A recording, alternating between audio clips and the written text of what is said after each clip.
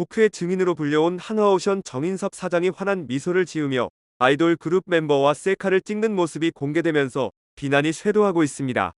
올해에만 벌써 5명 노동자의 목숨을 앗아간 회사의 수장의 모습으로는 도무지 상상하기 어려운 상황입니다. 일각에서는 국정감사를 준비하는 국회의원들의 안일함이 정인섭 사장의 이 같은 태도를 부추긴 것 아니냐는 지적도 나오고 있습니다. 곧 다가올 종합감사에서는 김승현 한화그룹 회장의 장남인 김동관 부회장을 직접 소환해 진정성 있는 사과와 함께 근본적인 대책 마련책을 이끌어내야 한다는 의견도 나오고 있습니다. 한화오션 정인섭 사장은 전날 국회 환경노동위원회에서 자신의 휴대전화로 아이돌 그룹 뉴진스의 멤버 한이와 셀카를 찍는 모습이 국회 사진기자단이 촬영한 카메라에 잡히며 의원들의 질타를 받았습니다.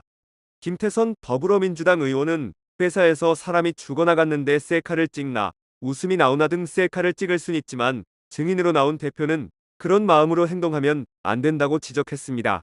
이어 임금체불, 중대재해에 대한 반성이 전혀 없다고 전했습니다.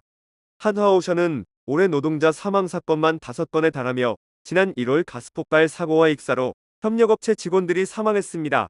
온열 질환으로 하청 노동자가 목숨을 잃었으며 지난달에는 경남 거제 사업장에서 근로자가 야간 작업 중 추락사했습니다.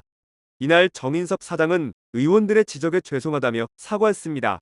향후 안전 관련 분야에 2조 원가량의 투자를 집행하고 스마트야드를 활용해 안전한 조선소를 만들고 하청업체에도 안전 시스템에 대한 충분한 정보를 제공할 수 있는 방안을 마련하겠다고 약속했습니다.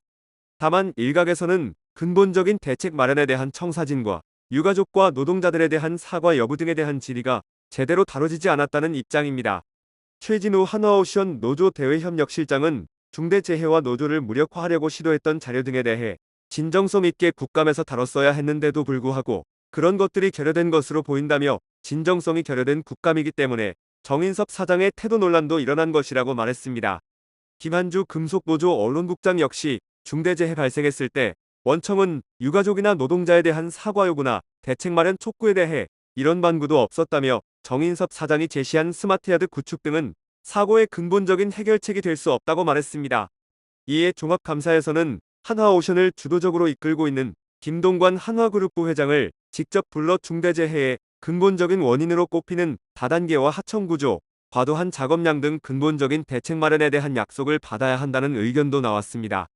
헌현일 창원대 사회학과 교수는 대우조선해양때 요구했던 노동 조건이 여전히 개선되지 않고 있다며 김동관 부회장이 한화오션 문제에 대해 책임감 있는 발언이 필요하며 중요한 영향력을 가진 사람이기 때문에 그러한 책임이 있다고 말했습니다. 한편 환경노동위원회 고용노동부 종합감사는 오는 25일 10시에 국회에서 열립니다. 김동관 부회장의 증인 채택 여부는 향후 양당 간사 협의를 통해 최종 확정될 예정입니다.